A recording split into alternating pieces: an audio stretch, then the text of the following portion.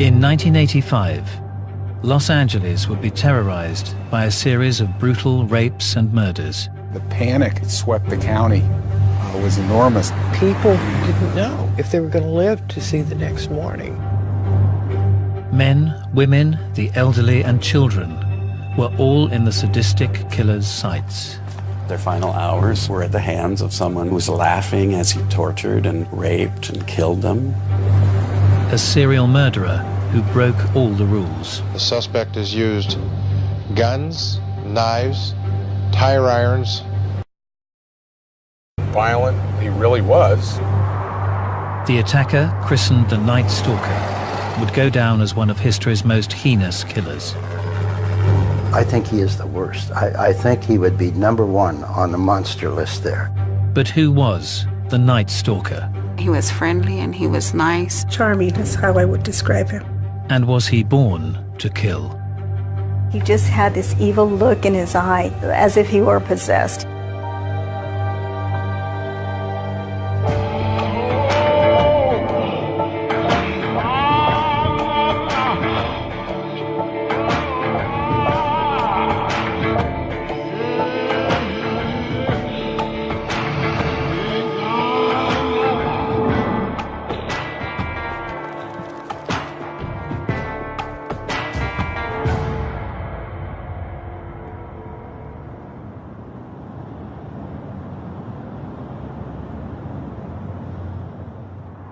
The 17th of March, 1985, and Gil Carrillo, a young homicide detective with the LA County Sheriff's Department, was called to an incident in the Rosemead district.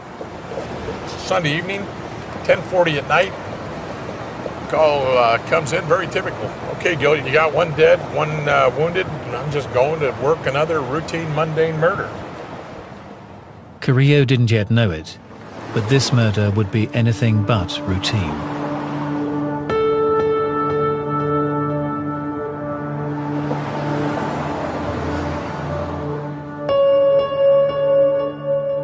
We entered the location on Village Lane. Dale Okazaki was lying on her back in the kitchen. She had sustained a gunshot wound to the head. 34-year-old Dale Okazaki had been unloading groceries when a man entered her apartment and executed her where she stood. I can still see her today.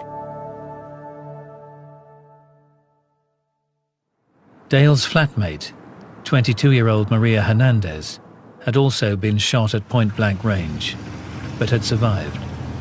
She didn't recognize her attacker, and nothing had been taken from the property. We just had our work cut out for us. We didn't know if there was an angry boyfriend, it was a home invasion robbery gone awry, what it was. Detectives then learned that the killer had struck again. It occurred about a half hour later. It was in the same general area of town, and the same gun was used. In nearby Monterey Park, 30-year-old law student Se Lian Yu had been driving home when another driver forced her to stop, then at close range. Almost immediately, we were aware that we had some sort of a series going, not knowing just how big it was going to get or grow. The nature of the crimes was not typical of a serial killer. The overwhelming majority of serial sexual murderers kill up close and personal. Manual strangulation, ligature strangulation, multiple stab wounds, blunt force trauma. Very, very rarely do they shoot somebody because it's too cold and too impersonal.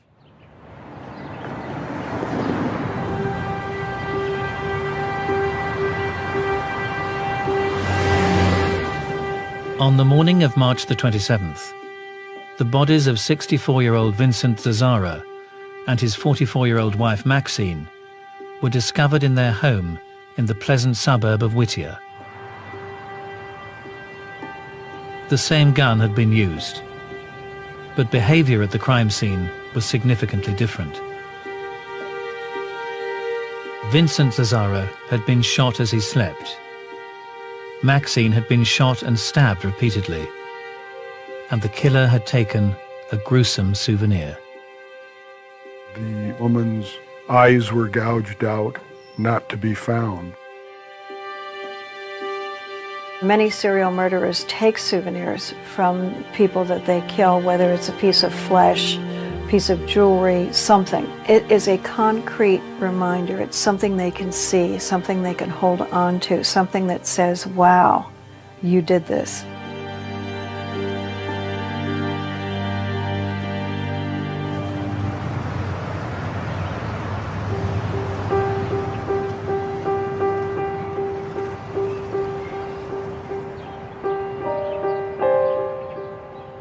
On April the 15th, 2 weeks after the murder and mutilation of the Zazzaras, the killer appeared to have struck again. Linda Martinez was called to process the crime scene at the home of William and Lillian Doy, a couple in their mid-60s. There were casings on the living room floor. Mr. Doy was still in his bed and he had been shot. Mrs. Doy's room was next to the master bedroom. She was an invalid, so she had her own room. She had been sexually assaulted. It always is distressing to go into a crime scene. William Doy had been quickly dispatched with a gunshot to the head. 63-year-old Lillian had been restrained with thumb cuffs, beaten, terrorized, and raped. But the killer had let her live. It was unusual for a serial murderer to have two people shooting one and acting like a serial murderer with the other one. Men he was killing because they were the obstacle to get to his lust, the women. It was an issue of control. It was an issue of not being overpowered. What husband or man would lay there and not intervene in trying to keep his partner from being attacked? Despite the many inconsistencies, Detective Gil Carrillo suspected that just one man was responsible for all the crimes. I felt very strongly there was a serial killer going on. Back at the time, there were two renowned psychologists, one from New York and one from locally here on the West Coast from UCLA, that essentially said that we were full of hot air, that one man was not capable of performing what we were alleging. 6 weeks later, in the leafy city of Monrovia, two sisters, both in their 80s, were discovered in the home they shared. One had been raped. Both had been severely beaten with a hammer. Here again, there was something new. There was a whole aspect of the occult. There were some pentagrams, some things written on the wall. There were some markings on the body. The crimes appeared related, but defied the current theories regarding serial murder. When I was first contacted about the murders, police were baffled. They had no idea who was doing this, how it was happening. They wondered what type of a person would have done this. I mean, was it a maniac? Was it a group of people? Because don't forget, in California, they had Charles Manson, who, with his cult, went out murdering an awful lot of individuals. But my impression was that it was a single individual. It was someone who was not insane, who was not showing outrageous behaviors, and that he was probably young. He was probably either Caucasian, Hispanic, but he was certainly not a standout in his community. The press would dub the mystery killer the Night Stalker, and those who had known him would never have suspected what he was capable of. He was an ordinary kid, no different than the rest of us. He was friendly and he was nice, and And he was so funny. He was so funny. He would always have me laughing. And the Night Stalker's reign of terror had only just begun. May 1985, and the Night Stalker had only just begun a series of crimes that would both sicken and terrify the residents of California. Preying on the unsuspecting citizens in their homes, he took glee in rape, murder, and mutilation. As the crimes escalated, detectives raced to try to identify who was responsible for the shockingly vicious attacks. Who was the Night Stalker?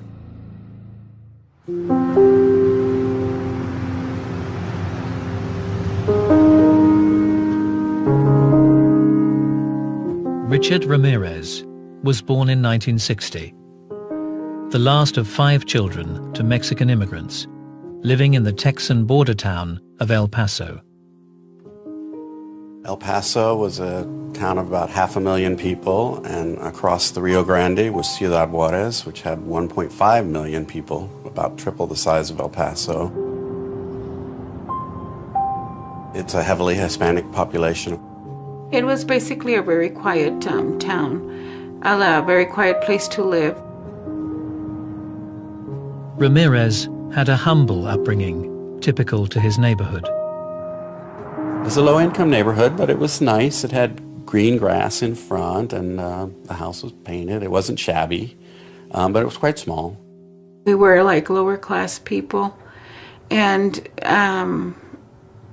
everybody used to just hang around together at night. We would all play games. All the neighborhood kids would get together up until everybody's parents started calling them in for dinner. Richard's father was hard-working and strict with his children. He was very much what I would classify as someone from Mexico who had come to El Paso and had scratched out a living here. He worked for the railroad. It's a hard scrabble when you're a first-generation immigrant to learn a new language and try to scrape a toehold in a new country. The young Richard Ramirez appeared no different from his friends and neighbors. They were all very nice. Normal neighborhood family, just like mine. He was an ordinary kid, just like the rest of us. We went to school, minded our manners, did what we had to do, but no different than the rest of us. He was friendly and he was nice and he was so funny. He was so funny. He would always have me laughing. We used to play this game called Kick the Can, and he was the fastest runner, so we always wanted to be on his team. Richard's friend Patricia found him kind and caring. If we wanted to take a shortcut to school, we had to cut through this really tough neighborhood. And he always used to wait for me, sitting on a little pony wall, and then he would walk me to school. It was always safer, to be in twos, I guess. But by the time he turned 10, it appeared all was not well with Richard Ramirez. He used to sit in back of me in 5th grade. And I remember that he would poke me in the back. And every time he would poke me, I would jump up. And so that time that he kept poking me, I turned around very upset and I said, hey, stop. And I remember him like slumping over and then just hitting the floor on the side. He would have seizures. He would be shaking. We knew he was sick. Ramirez was diagnosed with epilepsy, a condition that would affect him for much of his school life. As Ramirez approached his teens, he grew distant to his father and began to look up to his cousin Mike, a Vietnam veteran who boasted of many atrocities while in service. The cousin kept multiple mementos of his time in Vietnam. And he pulled out this box and showed all of these photographs of the women he was raping or the heads he was cutting off. It was a fascination. It wasn't recoiling in horror. It was like, wow, look what you've done. At the age when his sexuality was being formed, Ramirez was exposed to images of rape, torture, and murder. These individuals are in their fantasy lives from early adolescence, and in some regards, some respects, their fantasy life is more real to them than reality. Their fantasy lives are filled with sadistic aggression, where there's a fusion of sex and aggression. Ramirez later claimed that his cousin Mike gave him a front-row view of his brutality. He watched this cousin shoot his wife. After a petty argument at their apartment, Mike shot his wife in the face, killing her instantly. And it stuck with him, not in the sense of it was a bad thing, not in the sense that how could you do something so horrendous? I mean, oh my God, being sick to your stomach. He was fascinated. The fantasies of those that have committed serial crimes have been very carefully studied by the staff of the FBI Behavioral Science Unit over the years. The fantasies start very early in life and oftentimes are a result of some incident that triggers these thoughts. And once the fantasies become sexualized, it becomes extremely dangerous because they start fantasizing about events of rape, torture, mutilation. I did not notice anything strange of him until we were in high school. And he was no longer part of my clique kind of thing. That's when I noticed that he was different and he had changed. Didn't no longer say hello, that kind of thing. I noticed that he would hang out with boys that did drugs. A lot of second-generation immigrants sometimes get involved in gangs, and some of the thinking is that they see that their parents who've come to America and have worked really, really hard and have very little to show for it, and some people think that there's a disillusioning on their part, like why play by the rules if this is what you end up with, which is what my parents had. And I suppose you could say that might have been a factor in the rebelliousness of Ricky Ramirez. Ramirez became interested in hard rock and Satanism. A lot of kids, high school kids for instance, were dabbling in this, and they would give it their own little touches. And being high school kids, the brain's still developing, they're developing.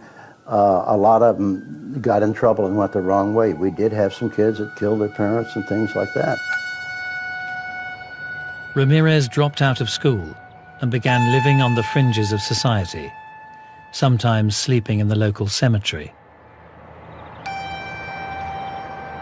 Right from the get-go, Richard stole anything that was loose and anything that he could pry loose. I mean, his neighbors started calling him Ditos Fingers, and they call him Ricky Rabone, Ricky the Thief. After the attempted rape of a guest in an El Paso hotel, Ramirez moved to California. He became a cocaine and alcohol addict.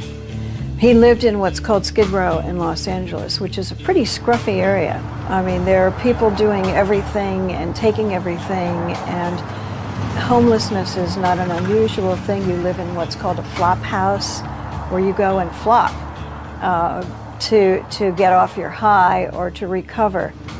Now, did the drugs affect his brain functioning? Did it affect the way he saw the world?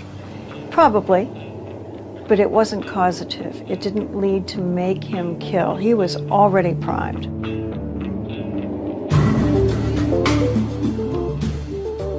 Ramirez lived day to day, taking drugs, using prostitutes, stealing cars, breaking and entering. So he would go out in the suburbs where often they did not lock their doors at night even. They didn't lock their windows. This was like heaven for him. This is exactly what he was looking for. And he would go through the unlocked doors and unlocked windows. Sometimes he would go in and burglarize when nobody was home at night. And then he got bolder and bolder and bolder. The vast majority of burglaries are for material gain. These are usually drug people who want to get some money to buy drugs, and they might do it with a friend or a partner and so on.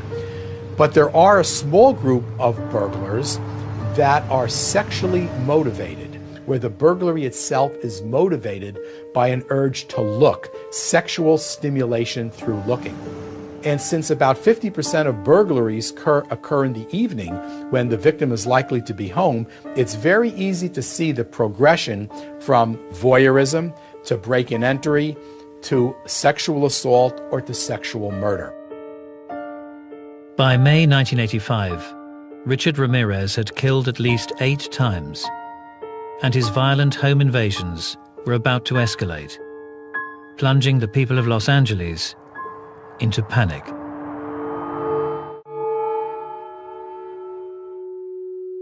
In 1985, Los Angeles County was in the grip of a vicious serial killer.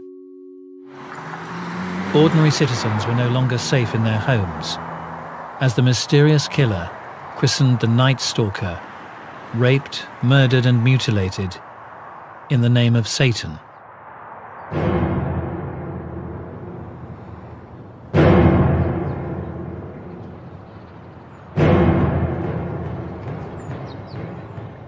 The dreadful and indiscriminate crimes caused a wave of fear. Everybody was scared. Everybody in the county of Los Angeles and Southern California was scared to death. Gun sales seriously went up.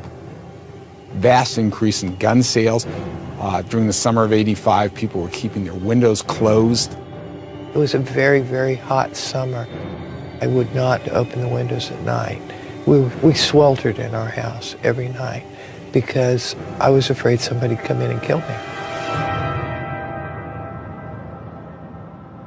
And still the violent attacks continued. In Burbank, on May the 30th, a 41-year-old woman was raped, while her 12-year-old son was locked, handcuffed in a closet.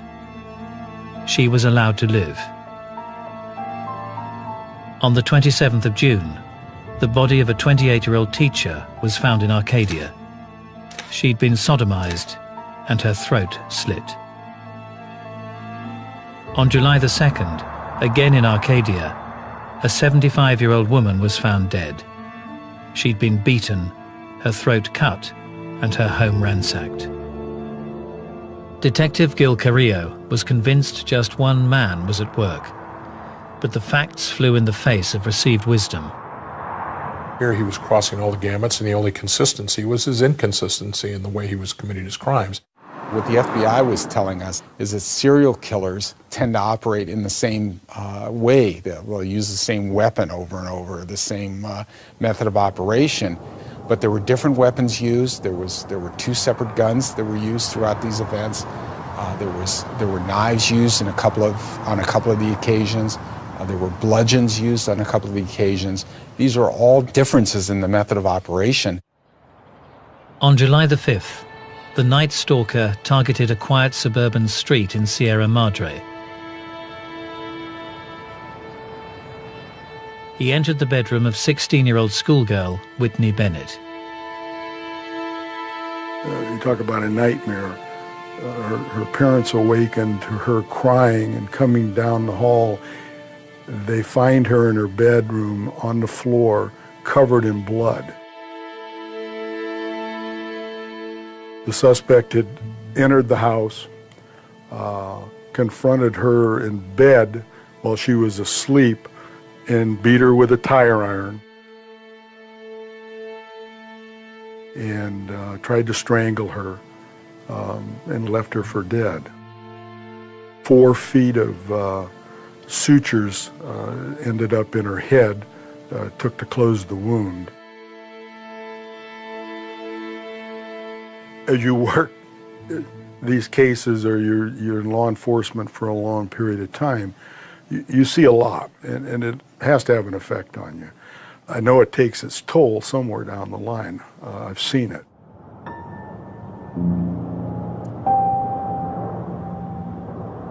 The 7th of July was another in a long run of swelteringly hot nights. I'm home alone. It's the first time that I've ever slept with my gun on the nightstand. Everybody was afraid and pretty much kept their doors locked, windows locked, but the night was so hot and our summer was so hot, so here I had the doors open. In the middle of the night, Detective Carrillo awoke, convinced the night stalker was in his own house. I woke up, I was sweating, I was nauseated, and I got my gun and I cleared my house as if I was looking for a burglar. All of a sudden the phone rang. I scared the bejesus out of me, and it was my desk telling me to call my friend Linda. In the early hours, crime scene investigator Linda Martinez had awoke with a start. About 3 o'clock in the morning, my friend said, someone's calling your name, somebody's yelling for you. Linda's neighbor was crying out for help. I went to the back fence and called across the street to the lady calling me and asked her what was wrong. And she told me that she had been robbed and raped and she was handcuffed to her bed. Once I heard her voice, I knew it was him. Sophie Dickman, a lady in her 60s, had been sexually assaulted. She was raped and... Detective Carrillo recognized all the hallmarks of a night stalker attack.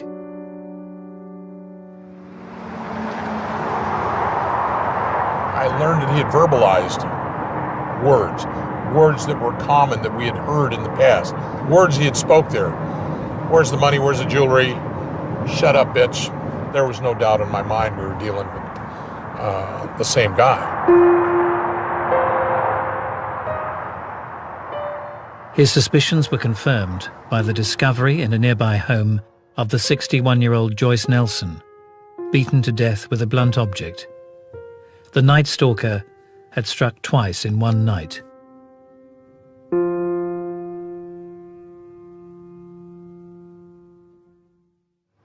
And he would repeat the trick just 2 weeks later, on the 20th of July, first shooting Max and Layla Needing at their home in Glendale, before moving on to Sun Valley. We had a couple that lived in a home. The male had been executed in his sleep. The woman had been sexually assaulted. And there was a young boy there that also had been assaulted. Ramirez had again dispatched the husband as he slept. He had repeatedly beaten, sexually assaulted, and humiliated the mother, demanding that she pray to Satan for her life, and then raped her 8-year-old son. It was not enough just to murder or to rape. He had to torture, and he loved to terrorize him. He would make him say, "Hail Satan." Humiliation of victims is very, very typical in serial sexual homicide. This is arousing to them. This reassures the offender that they are in such complete control that they can degrade and humiliate the victim any way they want. Nothing could be more stimulating for an individual with this deviant sexual arousal pattern. No one was able to predict or prevent the night stalker's crimes. It's typical of serial killers to choose people who put themselves at risk somehow, like male or female prostitutes, like hitchhikers. But these other people, they were living their normal lives. They weren't doing anything at all that should have brought this down on them. And the panic escalated. The publicity of the killings was like a drum beat. The more killings, the more publicity, the more fear. Hello, my name is Detective Gil Carrillo with the Los Angeles County Sheriff's Department assigned to Homicide Bureau. And the Sheriff's Department is currently conducting an investigation into a series of homicides and sexual assaults that have occurred in Los Angeles County. I knew how vicious and violent and how vile he really was, and there was an enormous amount of pressure to stop before he hurt anybody else, even more so before he hurt somebody in my own family. People were buying guns, people were buying guard dogs, people were scared to death. The suspect has used guns, knives, tire irons, as well as his own shod foot to inflict serious injury to several victims in the past. Nobody knew who it was. Nobody knew where he was going to hit. People didn't know if they were going to live to see the next morning. It was really, really scary. And then a shocking twist. It was very obvious that our killer from Southern California had now struck in the city of San Francisco. On the 17th of August, the Night Stalker had shot another couple in their home, leaving a satanic symbol on the wall. A week later, he struck 50 miles south of Los Angeles, shooting the husband and sexually assaulting the wife, forcing her to swear her love for Satan. With the killer on the move, detectives were now working night and day to try to catch him before he struck again. Since the last taping, which was August 13, 1985, the suspect in this case, currently under investigation, has committed 2 more homicides. I have the pressure of the world on me. I need to save not only my immediate family, my wife, my mother, and my kid, everybody, but the citizens of Los Angeles County. There's an animal going out there. I have to solve it. The vehicle used in this crime was a 1976 Toyota station wagon. If the vehicle is found abandoned, contact Sergeant Frank Salerno or Detective Gil Carrillo. My wife found my 13-year-old daughter crying in the bedroom. And she said, "What's wrong?" And she said nothing, and my wife said, "No, something's wrong. What is it?" And she said, "I just wish this were over."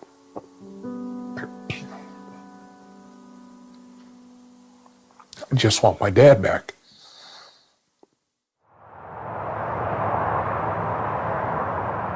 Detective Carrillo didn't yet know it, but before the end of the month, he would be face to face with one of history's most heinous serial killers.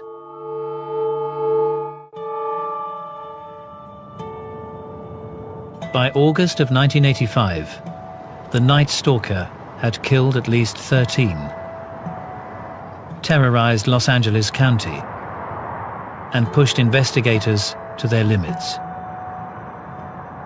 Now he appeared to be on the move, and detectives feared he'd be even harder to catch. Where we'd had him localized in Los Angeles County, now all of a sudden he's in the city of San Francisco. That was of great concern. But by the end of the month, a number of important leads finally came together. We actually, through informants that identified him, we knew where he hung out. We knew he liked drugs, and he used to hang around the Skid Row area. At the same time, there was a fingerprint recovered on the rearview mirror of a stolen car that the killer had used. And they made Richard Ramirez off that fingerprint. The sheriff of LA County, the chief of police of LA City, the chief of Glendale decided that they were going to release the picture of the killer, Richard Ramirez, to the press immediately. When they showed him, I told my husband, "Oh my God, look, that's Richie. That's Richie," but that was so weird because I can't comprehend him doing something like that, not with his personality. We were in shock. I just knew what I knew of him as a child, and I was just shocked. I was just shocked.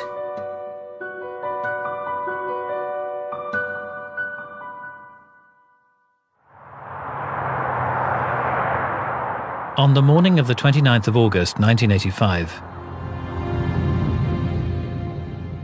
Richard Ramirez arrived in Los Angeles after visiting a brother in Arizona.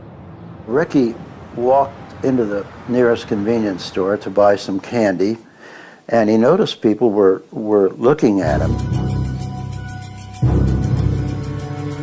And then when he would look at them, they'd look away, of course. And as he was waiting for his change, he looked at the newspapers on the counter. And every paper, there were 4 or 5 of them then from LA and from the area, every paper had his picture, his photograph. And then one woman, she said, it's him, El Matador, which is killer in Spanish. Ramirez panicked and fled. So he started running through yards, across over fences. He climbed about a 9-foot sound barrier wall.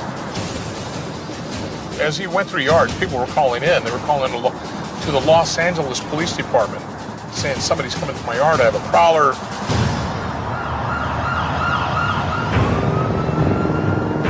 Members of the Los Angeles Police Department were already on his trail. They were following the 911 calls. Continued running east in a northeasterly direction and made it all the way to Hubbard Street. He tries to carjack a female resident. She screams. We were actually still asleep. We heard a bang, then a scream. We ran out here. We noticed a tall, dark, skinny guy running, and my dad right behind him. We just came running as fast as we can to assist my dad and the neighbors. Richard has been running for about 2 miles. Pretty much caught up to him about here and tackled him right here up against this fence. Citizens come out and surround him. And he was right here, just sitting down right here. He was bleeding because one of the neighbors had hit him with a fence post right over the head. He was perspiring and huffing and puffing and looked very tired and scary. He looked very scary, actually. People just started coming out with the newspapers and saying that's the killer, the matón, that's, you know, a Night Stalker. With Ramirez in custody, officers would now come face to face with the killer for the first time.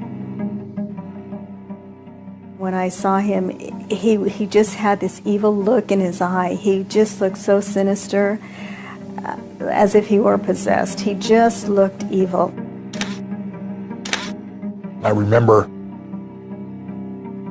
playing with his anxiety level, trying to make it go up and come down. I wanted to see what I could do to raise it or lower it. And Richard was almost to the point of hyperventilation. His head was down on the table and he's going, and for a millisecond, just for a millisecond, I'm becoming somewhat nervous. I knew that this guy was into Satanism, and all of a sudden when he starts hyperventilating, I'm saying to myself, if this guy starts levitating, I'm out of here. This is a guy that, although at times there were photographs taken of him that he looked like, wild man, he's not somebody would point out and say, there goes that crazy SOB, because he just doesn't come across that way. He was much more intelligent than I envisioned. People think of him as a crazed man. I didn't think he was crazy. He was much more articulate than most murder suspects that I've interviewed. Ramirez revealed he was well schooled in murder. The impression I got from him was that he was well read, even though he had dropped out of school, I think after the 9th grade or so, thereabouts. He was very interested in murder and killing and past serial killers, because he had done a lot of reading on that. He could tell you everything about serial killers from the time the Romans fed the Christians to the lions to modern-day serial killers. When we took him to his first cell, and he found out that that was the cell that Angelo Bono, who was part of the Hillside Strangler duo, that's the cell he was in, he was excited. The The Night Stalker had petrified California and haunted detectives Salerno and Carrillo for 5 months. Now he was finally behind bars. I remember seeing my mother and a couple of my sisters, and they came up and I started crying. It was over. I said, it's okay. It's over.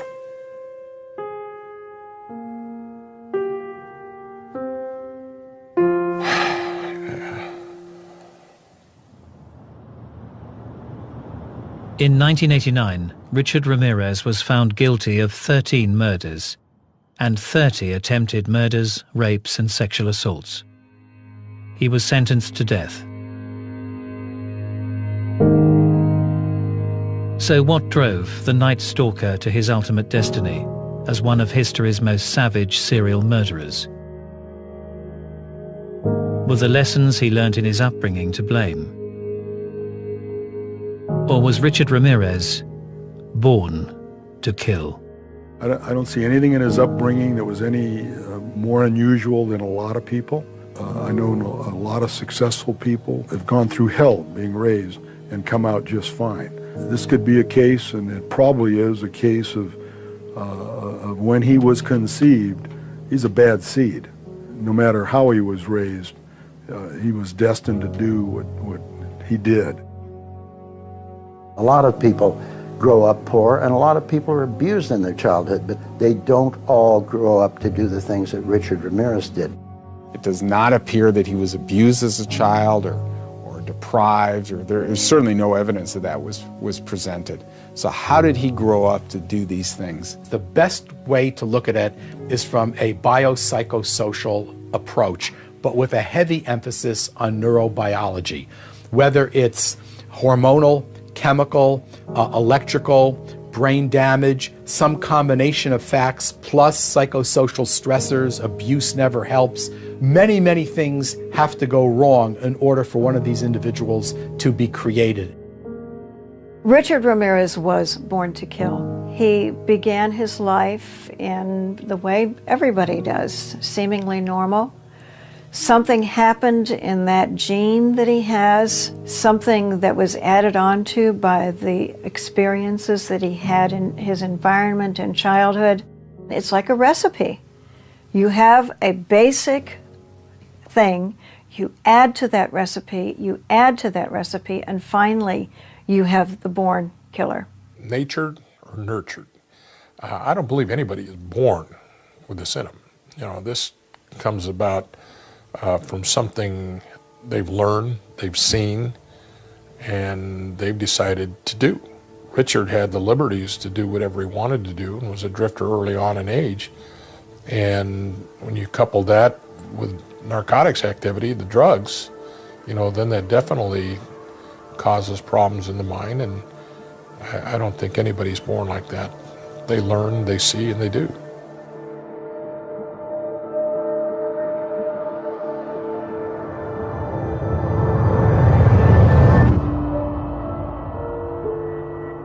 The new series of Born to Kill continues next Sunday at the same time with the notorious Green River killer Gary Ridgway.